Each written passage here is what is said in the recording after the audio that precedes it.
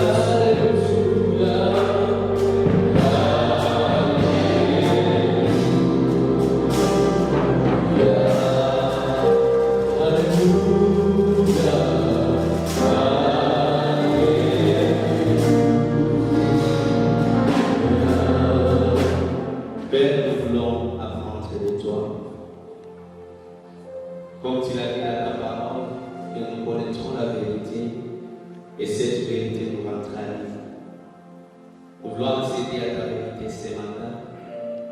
Cher Saint-Esprit, esprit de révélation, esprit de puissance, toi qui sondes les cœurs des dieux et qui sondes nos cœurs, touche nos cœurs ce matin. Donne-nous ta parole pour ce matin, afin que ton règne vienne et que ta volonté soit dans la vie de chaque jour. Bénis tout le monde qui est allé dans ces lieux et touche chacun particulièrement. Dans le nom de Jésus, nous te prions. Amen. Nous allons applaudir le Seigneur.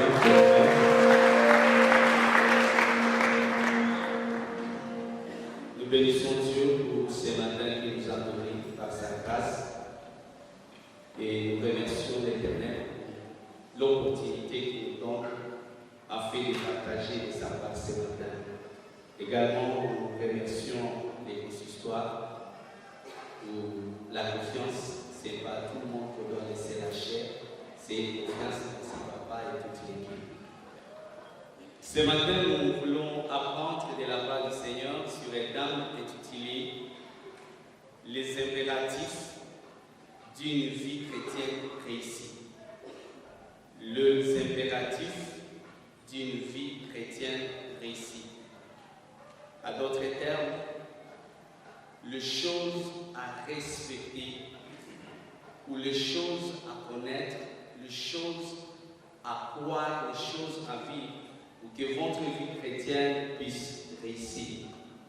Nous avons beaucoup de textes de base qui peuvent nous inspirer, qui nous ont inspirés pour faire ou donner les quelques points que nous allons avoir. Toutefois, nous allons lire certaines et les autres, les frères qui ont à la projection, c'est en train de nous les projeter. Nous sommes dans Hébreux chapitre 6, versets 7 à 8. C'est là où nous allons commencer notre lecture. Hébreux chapitre 6, versets 7 à 8. Nous allons également lire Philémon chapitre 1er, versets 6 à 12. Si le temps va nous le permettre, on aura aussi à lire Matthieu 13, 23 et les autres textes viendront dans les explications. Hébreux 6, chapitre 7 à 8, je conduis la lecture au nom de Jésus. Lorsque une terre est abreuvée par la pluie, qui tombe souvent sur elle, et qu'elle produit une herbe utile à ceux pour qui elle a été cultivée, elle participe à la bénédiction de Dieu. Mais si elle produit des épines et des charbons, elle est réprouvée, est près d'être maudite, et on finit par y mettre le feu. Parole du Seigneur. Nous tournons juste quelques pages en avant pour aller dans Philémon, chapitre 1er. Philémon, chapitre 1er, versets 6 à 12. Je lui demande que ta participation à la foi soit efficace pour la cause de Christ, en faisant reconnaître à nous toute espèce de bien. J'ai en effet éprouvé beaucoup de joie et de consolation au sujet de la charité, car par toi, frère, le cœur des saints a été tranquillisé. C'est pourquoi, bien que j'ai à Christ toute liberté de te prescrire ce qui est convenable, c'est de préférence au nom de la charité que je t'adresse une prière, étant ce que je suis Paul vieillard et de plus maintenant prisonnier de Jésus-Christ. Je te prie pour mon enfant que j'ai engendré, étant dans les chaînes Onésime, qui autrefois t'a été inutile, mais qui maintenant est utile et à toi et à moi, parole du Seigneur. Nous allons très vite dans Matthieu chapitre 13. Matthieu chapitre 13, verset 23. La parole dit ce qui suit. Le verset 23 nous dit, celui qui a reçu la sémence dans la bonne terre, c'est celui qui entend la parole et les comprend. Il porte des fruits et un grain en donné 100, un autre 60, un autre 30, parole du Seigneur. Ce matin, nous voulons partager sur ce thème et nous voulons d'abord donner quelques sens à notre thème ou quelques définitions clés que nous devons retenir par ce que nous appelons une vie chrétienne réussie. Quand nous parlons d'une vie chrétienne réussie, avant d'exploiter notre texte, c'est premièrement une vie qui a de l'impact positif. Quand nous venons à Christ, Dieu attend que nous puissions avoir un impact positif. Deuxièmement, nous allons appeler une vie chrétienne réussie. Quand nous serons en train d'exploiter notre texte, nous allons trouver en filigrane ces définitions, puisque c'est ce qui sont écrits dans les grandes lignes de ce texte. C'est une vie qui répond aux besoins de Dieu, aux besoins de soi-même et aux besoins des autres.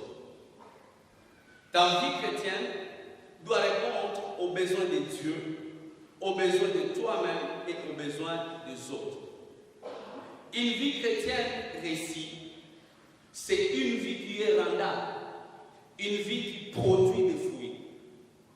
Et quand je parle ici de la rendabilité, c'est une rendabilité holistique, une rendabilité multidimensionnelle. Ta vie, en tant que chrétien, doit porter des fruits sur tout le plan et dans tout le domaine de ta vie. Car en fait, quand tu viens à Christ, tout le domaine de ta vie vient être partenaire de l'œuvre de Dieu. Une vie chrétienne réussie, ce n'est pas une vie de visibilité, mais c'est une vie source de vie. C'est une vie source des messages.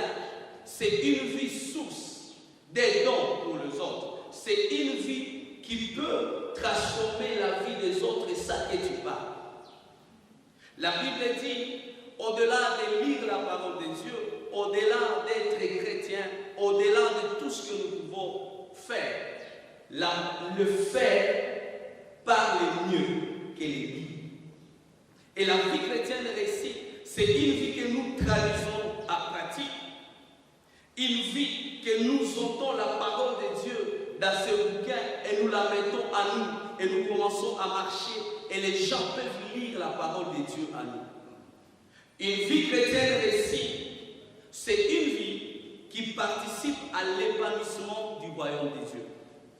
Voilà en quelque sorte les quelques définitions que nous donnons pour une vie chrétienne réussie. Alors, bien-aimés dans le Seigneur, dans les textes de base que nous avions lus, la Bible dit, lorsque une terre est abreuvée par la pluie, qui tombe souvent sur elle, et qu'elle produise une herbe utile à ceux pour qui elle a été cultivée, elle participe à la bénédiction de Dieu. La vie chrétienne commence par une sémence qui a été sémée à nous, qui est la parole de Dieu. Cette sémence est descendue comme la pluie, qui est descendue dans les cœurs de tout un chacun. Et la Bible dit, cette pluie, quand elle descend dans nos cœurs, elle produit des herbes utiles. Ça signifie, si la pluie vient, ou si les herbes produisent autre chose que les herbes utiles, non utiles, cette terre n'a pas produit quelque chose de merveilleux.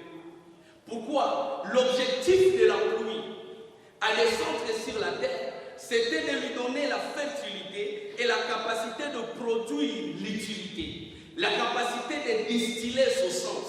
La terre a de l'importance s'il peut produire quelque chose qui est important pour le peuple.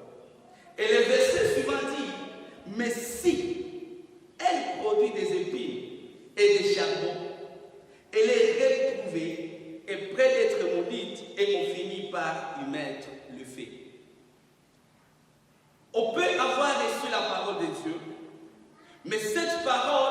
ne produit pas de fruits à nous. Puisque je venais de dire tantôt que la vie chrétienne commence quand la parole de Dieu entre dans notre vie.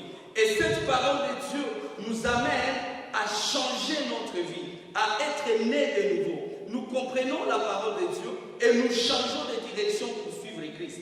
Mais après avoir suivi Christ, il y a une vie qu'on doit voir. Il y a des étapes, des processus que nous devons commencer pour que nous puissions donner l'utilité, pour que nous puissions distiller l'essence de notre vie chrétienne. Aujourd'hui, bien-aimés dans le Seigneur, nous sommes face à une église qui, il y a des gens, mais qui sont incapables de définir ce à quoi ils croient. Nous sommes face à une église qui est incapable de donner sens à la vie chrétienne. Pourquoi? C'est plus que réellement, nous avons oublié que la parole qui a été sémée en nous devait produire des fruits, devait donner un rendement à nous. Nous n'avons pas été sauvés pour aller seulement au ciel. Nous avons été sauvés pour que nos vies reflètent la vie de Dieu sur la terre. Et aussi longtemps que nos vies ne reflètent pas la vie de Dieu sur la terre, alors assure-toi que tu es comme cette terre ici qui produit des charbons. Et j'aime quelque part au verset 4. La vie chrétienne, même au verset 2 de Hébreux chapitre 6, vous trouvez que la vie chrétienne a des fondements clés. Premièrement, celui qui a écrit l'épître aux Hébreux, il est simple de donner l'essentiel des enseignements, des grandes doctrines de la parole de Dieu ou de la Bible. Il dit, il y a eu des enseignements que vous avez ici. Vous avez eu la foi à Dieu. Vous avez été baptisés. Vous avez même participé à l'imposition de main. Vous avez vu des résurrections. Toutes ces choses constituent les basiques qui peut-être vous a motivé, vous a amené à suivre Christ. Mais après toutes ces choses, voyez maintenant le verset 4, qu'est-ce qu'il vient dire? Il dit maintenant, après avoir vu ces choses-là, parmi vous, il y a eu des gens qui avaient goûté la lumière. Ils ont rencontré la parole de Dieu. Cette parole a transformé leur vie à un certain niveau. Cette parole est entrée dans leur cœur à un certain niveau. Mais cette parole n'a pas porté de fruits à nous. Et cela a fait à ce que ces personnes ne soient pas capables de donner l'essence à la parole qu'ils ont écoutée, ne soient pas capables de donner essence à leur vie chrétienne. Bien-aimé, toi qui me suis ce matin, ceux qui peut-être vont suivre sur les réseaux sociaux, c'est que Dieu, quand il donne sa parole, tout ce qu'il vise, c'est que ta vie compte pour lui et pour les autres. Et aussi longtemps que ta vie ne compte pas pour Dieu et pour les autres, c'est que ta vie chrétienne n'a pas de sens. Et c'est à cause de ce qui précède au verset 4 et au verset 5. La Bible dit qu'ils ont goûté la bonne parole de Dieu. Ils ont vu même la puissance du siècle présent. Mais le problème c'est quoi? C'est que ces personnes ici, qui n'ont pas une vie chrétienne réussie, les personnes qui ont échoué leur vie, ce sont des personnes qui sont tombées. Et attention, le verset dit, au verset 5, bien aimé, c'est que quand tu avais déjà goûté la parole de Dieu et que tu tombes, il y a un problème. C'est pas facile que tu redeviennes ce que tu étais. Et je m'imagine quand Christ est en train de le dire, il dit, si tu étais un démoniaque et que tu avais 7 démons, ou tu avais même 2 démons,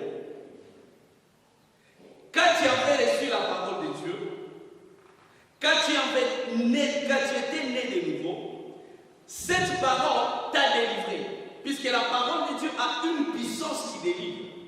La parole de Dieu a la capacité, elle ne peut pas cohabiter avec le péché, ne peut pas cohabiter avec les démons. C'est pourquoi il dit, quand vous connaîtrez la vérité, cette vérité fait quoi? Vous rend libre. Et maintenant, le problème c'est quoi? Quand vous avez deux démons et que vous êtes tombés, ces deux démons qui étaient en vous partent chercher les rapports. Ils viennent, ils se multiplient. Chaque démon a 7. Donc tu auras déjà combien? Il appelle 7 qui sont plus forts. Tu auras combien? 14. Ça devient 16. Waouh! Vous trouvez cette analyse? Puisqu'il a amené 7 et les deux reviennent. Et c'est ce qui fait que réellement, quand tu tombes, comme le verset l'a dit, il est toujours difficile de revenir au droit chemin. Et c'est ce qui crée maintenant une vie de tolérance, une vie de compromis. C'est ce qui crée maintenant une vie de tendance. Vous allez trouver quelqu'un qui a déjà une certaine façon de voir la vie chrétienne. Quand vous pouvez le prêcher un verset, il ne manque jamais de défense puisqu'il connaît des genèses en Apocalypse. Mais il reste des péchés. Ta vie chrétienne doit distiller son sens. Ta vie chrétienne doit produire le fruit. En fait, il y a des fruits qui doivent quitter de ta dépendance. Le fruit digne de ta dépendance. On doit le voir d'une façon palpable. Et bien aimé dans le Seigneur, quand nous parlons de cet homme, tout ce que nous savons de notre cœur, c'est que la vie de compromis est entrée dans l'Église. Nous avons des chrétiens qui veulent que la parole de Dieu se soumette à leur vouloir. Nous avons des chrétiens qui veulent que la parole de Dieu se soumette à leur passion. Nous avons besoin aujourd'hui des prédicateurs qui sont prêts à nous bénir même si nous sommes infidèles. Nous avons besoin de ce genre de messages qui nous donnent du courage, qui nous donnent même qui agréent nos offrandes, même quand nous avons de deuxième, troisième, quatrième femme. Et tout cela fait en sorte que notre vie chrétienne produise des chameaux, produise des épis. Et celui qui a déversé la pluie se met au ciel, puisque c'est sa parole. Il a arrosé, il a amené cette parole pour que nous puissions porter des fruits. Et il se met au ciel, il se dit, mais finalement, qu'est-ce qui se passe? Et dans l'application de ces versets, nous voyons Paul écrire à Philémon, là où nous avions lu. Philémon, ils ont vécu beaucoup de temps avec Onésime. Ils ont passé plusieurs années avec Onésime. À l'époque, Onésime n'était pas encore sauvé. Onésime était quelqu'un qui était tellement brigard, quelqu'un qui était tellement bizarre.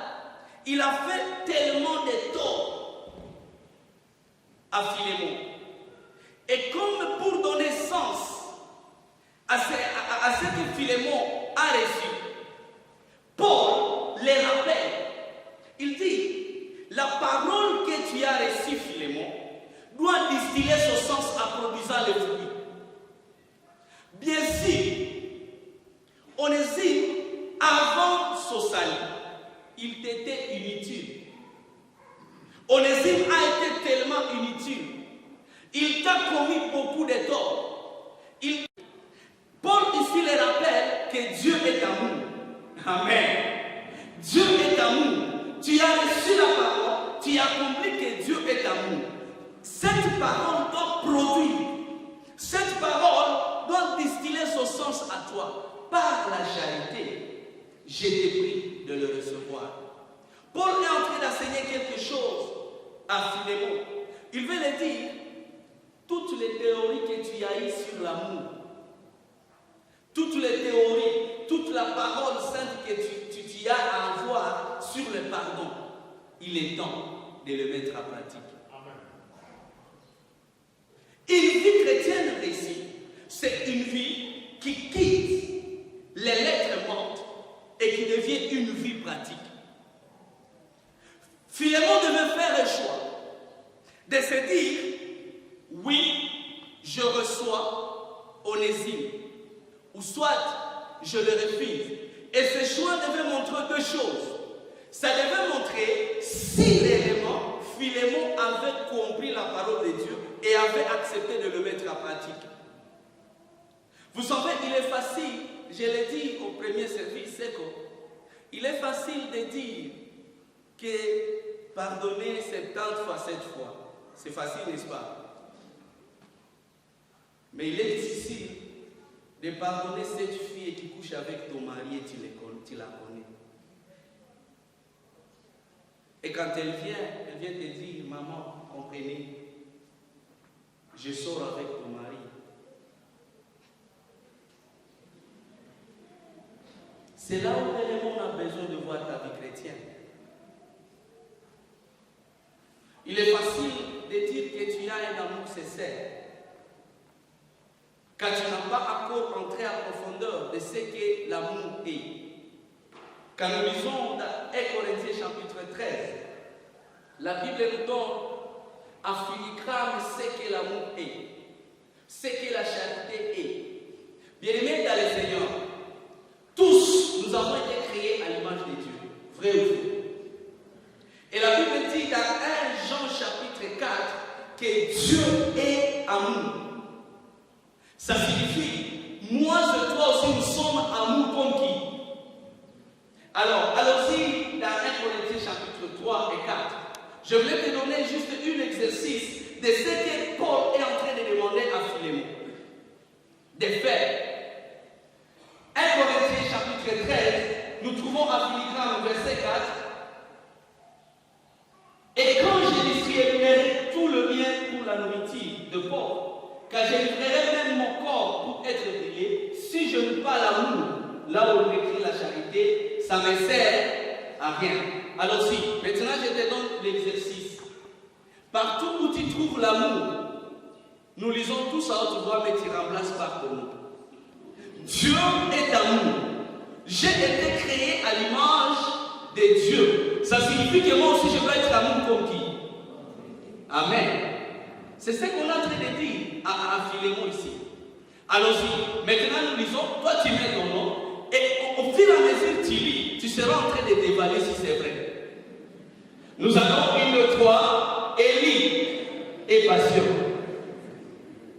Élie est plein de bonté. Mets ton nom, ne mets pas mon nom. Élie ne point zaviez. Élie ne se vante point. Élie ne s'enfle pas d'orgueil. Continuons. Élie ne fait rien de malhonnête. Élie ne cherche pas son intérêt. Élie ne s'irrite point. Élie ne soupçonne pas le mal. Je ne suis pas en train d'écouter le voix. Apparemment, c'est devenu difficile. Vos cœurs vous accusent, vous dites ça, c'est pas bon. Vraiment, ça, c'est pas bon. Est-ce qu'on peut continuer? Élie ne se réjouit point de l'injustice, mais il se réjouit de la vérité. Élie excuse tout. Dis ça bien dans ton cœur. À haute voix, tu dis ton nom. Élie, mais je n'écoute pas dans ton nom. Excuse tout. Il croit tout. Il espère tout. Et il supporte quoi?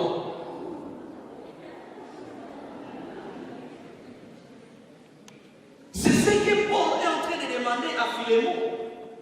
Il a dit, Philémon, il est temps que tout ce que tu as appris porte le fruit de l'amour et du pardon. Mais maintenant, bien aimé, pour y arriver, tu dois comprendre que cette parole de Dieu qui a été à toi, auquel tu as été exposé, demande 3 choses capitales. Premièrement, l'apprentissage. Deuxièmement, l'adoption. Troisièmement, l'application. Tu ne sauras jamais vivre la parole de Dieu si tu n'as pas eu le temps de l'apprendre, si tu n'as pas eu le temps de l'adopter pour ta vie et si tu n'as pas eu le temps de l'appliquer. La parole de Dieu ne doit pas rester dans nos vies pour que nous puissions faire tout ce que nous voulons. Alors, quels sont les quelques impératifs que nous devons comprendre matin, à part que tu es exposé à la parole de Dieu, afin que ta vie puisse être une vie chrétienne réussie. Tu as déjà la parole de Dieu. Cette parole te réclame pour que tu distilles son sens. Cette parole réclame que tu la vives en pratique. Il y a des niveaux pour lesquels tu dois, des choses que tu dois avoir afin que cette parole produise et que chaque jour le voie à toi Dieu. La première des choses, je vais parler de ce que j'ai intitulé l'impératif de l'identité. Bien-aimés dans le Seigneur, la parole de Dieu nous donne l'identité. Paul, quand vous essayez un peu de voir ce qu'il dit à Philémon, il essaie un peu de démontrer à Philémon que tu as une identité à part, que la parole de Dieu t'a donnée. Et cette parole de Dieu réclame que ton identité puisse être reflétée. Mais le mal de mon église aujourd'hui, l'église finitive, le mal de l'église attaque moi sur toi, c'est que nous sommes plus restés dans la paresse. Nous sommes plus restés dans les paraîtres, mais nous n'avons jamais été. Beaucoup ressemblent aux chrétiens, mais ils ne sont jamais chrétiens. Beaucoup, quand tu le vois, tu peux penser qu'ils ont déjà reçu la parole de Dieu, mais en réalité, en voyant ce qu'ils font, ils n'ont jamais reçu la parole de Dieu. Et le problème, c'est quoi? C'est là où maintenant nous sommes revenus à Matthieu. Le problème est lié à la compréhension de la parole de Dieu. Qu'est-ce que j'ai compris de la parole de Dieu? Dans Actes chapitre 19, verset 12 à 20, on va nous projeter ça même dans le palier. Il y a les gens qui ont été exposés à la parole de Dieu. Ils ont commencé la marche vers la parole de Dieu. La Bible dit qu'ils ont écouté Paul prêcher. À d'autres termes, ils s'étaient déjà inscrits dans l'entourage de Paul. Ces personnes, comme le verset nous a dit, je voulais qu'elle revienne un tout petit peu sur le verset 2 d'Hébreux chapitre 6.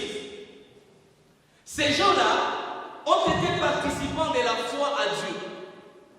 Ces gens-là, ils ont mis à connaître même les doctrines des baptêmes, puisque Paul finissait à prêcher et à baptiser les gens qui croyaient.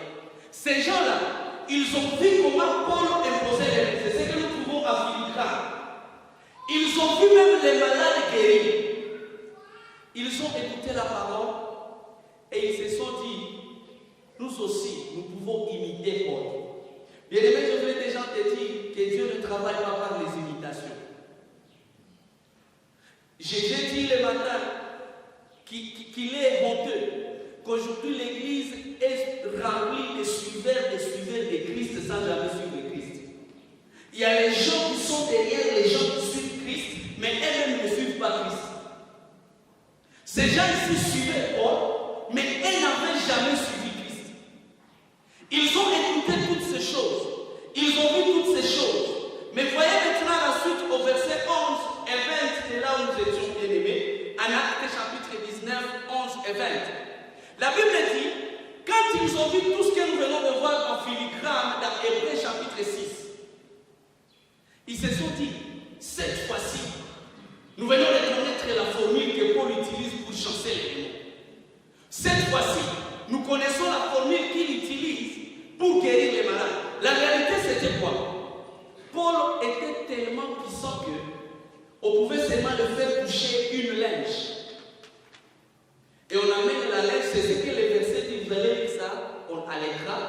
Vous venez vous toucher seulement la linge à Paul, et vous amenez ça là où il y a votre malade et les malades guéris.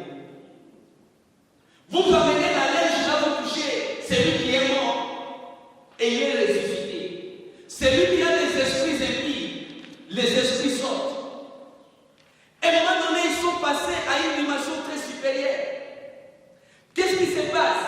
Ils se disent que Paul va passer par ici. Nous croyons que le Dieu qui est dans ce Paul-là est capable de faire de grandes choses.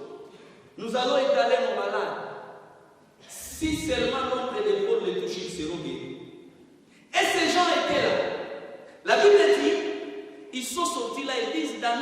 quartier, il y a un démon qui tourmente quelqu'un. Aujourd'hui, cet homme sera délivré. Ils sont partis avec les ailes. Ils sont partis avec les courages. Ils sont partis avec les bonnes intentions. Ils sont partis avec une équipe forte. Je l'imagine qu'ils ont commencé par la louange. Je l'imagine qu'ils ont commencé par l'adoration. Ils entrent dans la chambre. Ils sont très zélés. Ils disent, Léo, il démon, il t'adore. Il t'adore. La Bible dit, ils ont appliqué toutes les théories au nom de Jésus que Paul prêche, pas eux. Non, pas nous. Paul. Au nom de Jésus que Paul prêche, nous te disons des mots sorts. Ils ont essayé. Après certains moments, les démons ont dit non, pause. Mettons-nous, échangeons. Oui, je connais Jésus. Hein? Je connais Jésus. Et je sais qui est. Vous pouvez m'aider à lire la suite, mais vous.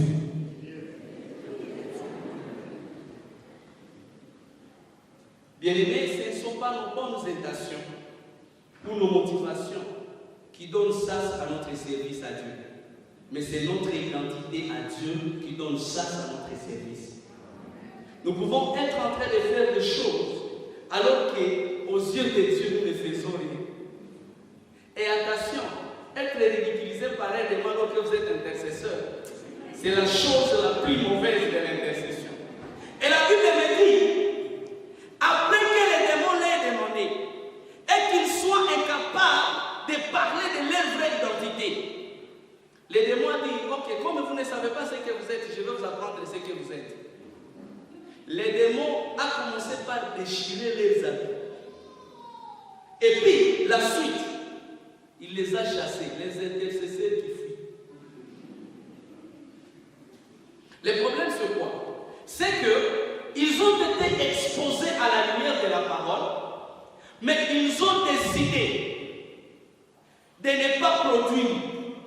Ils ont décidé que cette parole ne produise pas d'abord la vraie dépendance en eux, afin qu'ils vivent une vie chrétienne de récit. Et ils se sont permis, pensant que Dieu a besoin déjà qu'ils les servent. Bien-aimé, Dieu n'a pas besoin de ton service, il a besoin de toi. Il a besoin de toi. C'est pourquoi à Romains chapitre 12, verset 1, il dit, offre d'abord toi comme un parfait sacrifice. Toi. Et nous avions la deuxième des choses que je voulais plus souligner, comme les temps m'étalons, je n'aurai pas peut-être à finir, le Saint-Esprit va faire comprendre autre chose. Il y a une autre personne que nous trouvons dans 2 Samuel chapitre 6, verset 1 à 11. Il a aussi des bonnes motivations. La Bible dit, les enfants d'Israël avaient perdu l'arche pendant beaucoup de temps. Mais à un moment donné, ils ont récupéré l'arche de l'Alliance. Et il fallait que l'on fête, l'on danse pour l'arrivée de l'arche. Mais qu'est-ce qui se passe? L'arche est portée sur un taureau, plutôt. Et le taureau a eu à s'empiéter. Et il y a un monsieur qui n'était pas de la classe des sacrificateurs, qui s'est dit non, quand même, il faut que je sauve l'arche. Est-ce qu'il avait fait du mal? C'était une bonne intention. Une très bonne intention. Il dit, je vais tenir l'arche. Il suffit que la présence de Dieu en Israël ne doit pas tomber. Bien aimé, il est parti en train de fuir. Seulement touché sur l'arche. Et pourtant, il voulait sauver l'arche et que ça ne tombe pas. Dieu le punit des morts. Il s'appelle Isa. Mais Dieu, pourquoi tu l'as fait? Quelqu'un qui vient de sauver ton arche, tu les tues. Dieu s'est dit, s'il pouvait nous répondre, il dirait, il n'a pas le profil et la qualité de celui qui doit toucher mon âge. Bien-aimé, ta qualité d'homme est très capitale pour servir Dieu. Ton identité implique beaucoup de comportements que tu dois vivre. La Bible nous appelle sacrificateurs, la Bible nous appelle lumière du monde, la Bible nous appelle seuls, la Bible nous appelle ambassadeurs du Christ. Toutes ces choses, les gens veulent le voir à toi. Il y a des comportements qui sont dignes de ces noms-là. Il y a des comportements qui sont dignes de tout ce que tu as ici. Laisse-moi aller plus vite. Parler de l'impératif de la croyance. Bien-aimés, nous devons comprendre ce que nous croyons. Tu crois à quoi? Est-ce que tu comprends ce que tu crois? Pour que ta vie produise ou soit utile, la vie chrétienne que tu mènes soit utile, cette vie doit comprendre ce qu'il croit. Et c'est cette compréhension qui même éclairera nos actes de foi. La foi, nous l'avons dit dans Romains chapitre 10, verset 17, la foi vient de ce qu'on entend. Et ce qu'on entend, c'est quoi? C'est la parole de Dieu. Moïse, il vient de quitter la colline sainte. Il vient de parler avec Dieu. Il a écouté Dieu avant d'agir. Et quand il vient, il est dans la marche. Il a la direction de Dieu. Il vient se rencontrer, comme le frère nous l'a dit le dimanche passé, devant des collines de deux côtés qu'on ne peut pas franchir. Devant lui, il y a une mer et derrière lui, il y a l'armée. Et Moïse se souvient de tout ce que Dieu l'a dit. Puisque quand Dieu l'établit pour aller sauver son peuple, Dieu lui dit, je ferai de toi Dieu. Et Moïse dit, Seigneur, je suis devant un défi. Qu'est-ce que je peux faire? Et les gens voient Moïse élever les bateaux. Moïse, qu'est-ce que tu fais? Devant la mer, toi tu élèves les bateaux. Au lieu que tu nous montres une autre chemin à suivre. Moïse pouvait lui répondre, je comprends ce que je crois. Je sais la personne à qui je crois. Je sais la façon dont il travaille. Je sais la façon dont il opère. Bien-aimé, quand tu ne comprends pas ce que tu crois, tu vas commencer à faire des choses et tu vas tomber dans des pièges. Tu vas tomber devant des tentations puisque tu ne comprends pas. Le même Moïse, c'est depuis quand il est dans la rocher, il y a de l'eau, Moïse. Nous avons soif. Et toi, tu avances vers la rocher. Mais l'eau est où? Et tu tapes, l'eau sort. Ça fonctionne comment? Je comprends ce que je crois. Les 12 espions, ils sont tous envoyés pour faire le pèlerinage. Ils rentrent 12, mais ils sont à 2 camps. La Bible dit 10 personnes sur 12 se disent que nous ne réussirons pas. Les géants sont là. S'ils sont très forts que nous sommes vus comme des sauterelles. Mais eux se disent, nous comprenons l'ombrage qui est sur nous. Nous allons les battre. Est-ce que tu comprends ce que tu crois? Beaucoup de vies chrétiennes sont devenues ternes, monotones, puisque réellement on ne comprend pas Dieu c'est qui. On ne comprend pas ce qu'on croit. Autre impératif que je voulais donner, c'est l'impératif du service, et c'est là où je vais me limiter pour aujourd'hui, même s'il y en a la dernière que je pouvais donner. Tout ce qu'un enfant de Dieu fait, peu importe le domaine dans lequel il le fait, étant enfant de Dieu, cela constitue un service pour Dieu. Tu es agronome, quand tu fais l'agronomie, tu sers Dieu. Tu es médecin, quand tu fais la médecine, tu sers Dieu. Car tout acte d'un adorateur, tout ce qu'un adorateur fait, c'est un acte d'adoration. C'est pourquoi Paul pouvait le dire que tout ce que vous fassiez, faites-le pour le Seigneur. Et ici, dans l'impératif de service, je voulais dire 3 choses. Tout ce qui est enfant de Dieu vise 3 choses. Et je vais revenir là en hébreu pour l'expliquer là. Premièrement, c'est restaurer le trône de Dieu. Tout ce que je peux faire en tant qu'enfant de Dieu doit restaurer le trône de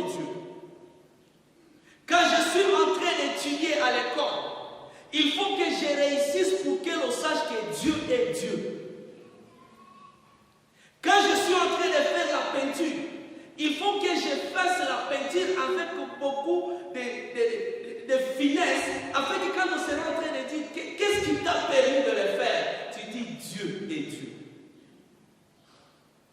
Le monde ne sait pas croire à notre Dieu, puisque nous n'avons pas encore choisi de restaurer le trône de Dieu.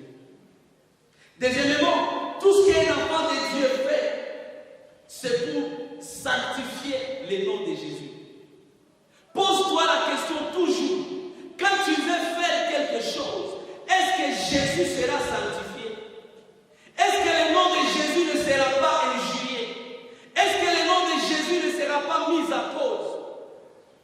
Manajitaka mwa Kristo. Hivi ndio wa Kristo wanafaka. Na Yesu mwenyewe njoo wa watu. Puisque seulement tu as fait quelque chose. Quand tu agis en tant qu'enfant de Dieu, puisque tu as besoin de progresser, tu as besoin d'aller à la stature parfaite de Christ, tu dois commencer à restaurer le trône de Dieu et magnifier ou sanctifier le nom de Dieu. Et la troisième des choses, c'est que nous sommes les reflets de sa gloire dans tout ce que nous faisons. C'est pourquoi je n'ai pas le droit à faire n'importe quoi. Quand nous voyons Élie, dans 1 Roi chapitre 17, verset 1er jusqu'à la fin, Élie n'a pas fait les coupures de la pluie pour s'enorgueillir. Si c'était peut-être moi, quand la pluie vient de fermer après 3 ans, je dirais, je vous dis, nous les serviteurs, nous sommes là. Mais Élie avait vu l'abomination qui était en Israël. Et il devait restaurer Dieu en Israël. Bien aimé, ce que tu fais doit restaurer Dieu en Israël. Ce que tu fais doit restaurer Dieu dans ta famille. Ce que tu fais doit restaurer Dieu dans ton travail. Tu ne dois pas faire les choses comme un parasite. Tu ne dois pas faire les choses comme quelqu'un qui n'a pas d'objectif. L'objectif de tout ce que je fais est que le trône de Dieu soit restauré. Élie coupe la pluie. Pourquoi? C'est puisque l'élément Baal, on l'appelait Dieu de la pluie. Et Élie devait défier Baal. On dit, comme vous avez toujours dit que vous avez Dieu qui donne la pluie, à il est de masse. Si seulement ma parole pour la gloire de Dieu. Et l'élément Baal, pendant 3 ans, était incapable. Jusqu'à ce que l'on revienne, on dise que notre Dieu est Dieu. Dites à ton Dieu de ramener la pluie. Pourquoi Élie fait ça? C'est pour que le trône de Dieu soit restauré, que le nom de Dieu soit sanctifié. Moïse en Égypte, quand les signes de ténèbres pendant la journée viennent, ce n'est pas que Moïse a besoin seulement d'admettre les ténèbres. Mouchana Giza inakuya, non. Dans l'Exode chapitre 12, verset 12, Pharaon était appelé fils du Dieu soleil. Alors, quand les ténèbres viennent la journée, Moïse est en train de dire à Pharaon, il a eu à Dieu soleil à Angazi et Vas. Angazi est inutile. Tout ce que je suis en train de faire doit faire tomber une divinité. En tant que chrétien, pour que ma vie chrétienne réussisse, c'est une vie qui a de l'impact. C'est ce que nous avons dit. Ça doit produire. Et on doit savoir que oui, il y a un Dieu. Bien-aimé, Jésus, pendant les 30 ans, pouvait mourir. Mais il a passé 30 ans dans le calme. Il a passé 30 ans dans une préparation. Mais la Bible dit, quand le temps de Christ est venu, Jésus a répondu aux besoins de l'humanité. Le salut de l'humanité, c'est ce qui a donné sens à sa vie. La Bible n'avait jamais, la Bible dit, c'est à cause de ça qu'il a été souverainement élevé. Ça signifie quoi? Jésus, tu es souverainement élevé. Pourquoi? Je répondis à un besoin. Et Jésus pouvait choisir de mourir une autre mort. Bien-aimé, Jésus passait par des chemins où on pouvait les tabasser une main. Mais Christ n'est pas mort partout là. Pourquoi? C'est puisque Jésus devait défier une écriture qui se trouve dans Galates chapitre 3 verset 13. La Bible dit, les gens qui mouraient à la croix, c'était les gens qui étaient maudits. Et dans les principes des Romains, la malédiction était liée à la croix. Alors comme Jésus devait porter ma malédiction, il ne devait pas mourir n'importe où. Il devait aller à la croix pour dire à partir d'aujourd'hui, je me fais malédiction afin que ces peuples soient bénis. Je me fais malédiction afin que ces peuples quittent la leçon.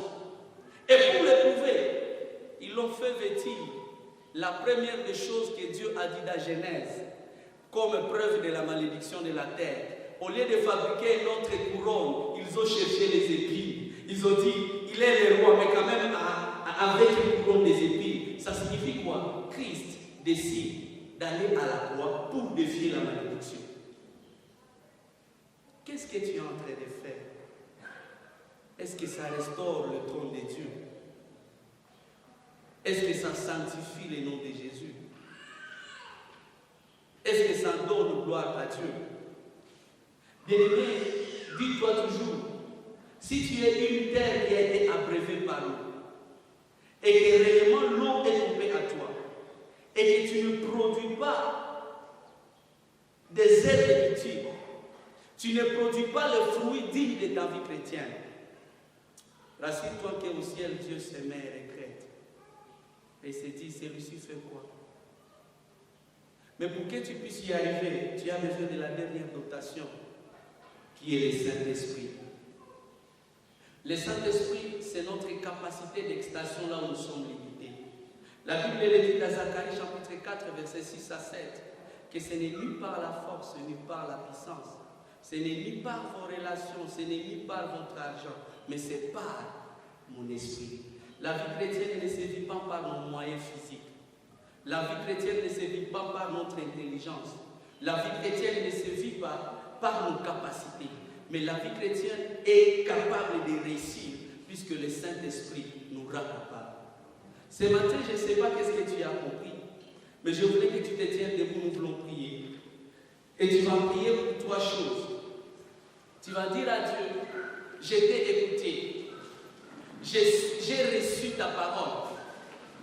Cette parole a inondé ma vie. Cette parole a transformé ma vie. Mais peut-être qu'à un certain point, je ne suis pas en train d'être utile. Je ne distille pas l'essence de ce que j'ai reçu. Seigneur, aide-moi. Je ne vais pas produire les charbons. Je ne vais pas produire les épines. J'ai besoin d'être utile à toi. J'ai besoin d'être utile aux autres. Et j'ai besoin d'être utile à moi-même. Que ma vie soit quelque chose qui peut changer la vie de plusieurs. Au-delà de tout ce que je peux dire, que ma vie reflète ta vie. Nous pouvons entrer tous dans la prière. Seigneur Jésus, merci pour ce matin. Tu veux que nous puissions distiller l'essence de notre salut. Nous voulons, Seigneur, être utiles. L'essentiel que ta parole produise en nous des fruits. Que Seigneur Jésus, le salut produise en nous le fruit. Nous ne sommes pas sauvés seulement pour aller au ciel, mais nous sommes sauvés pour transformer d'abord le monde. Seigneur, nous voulons te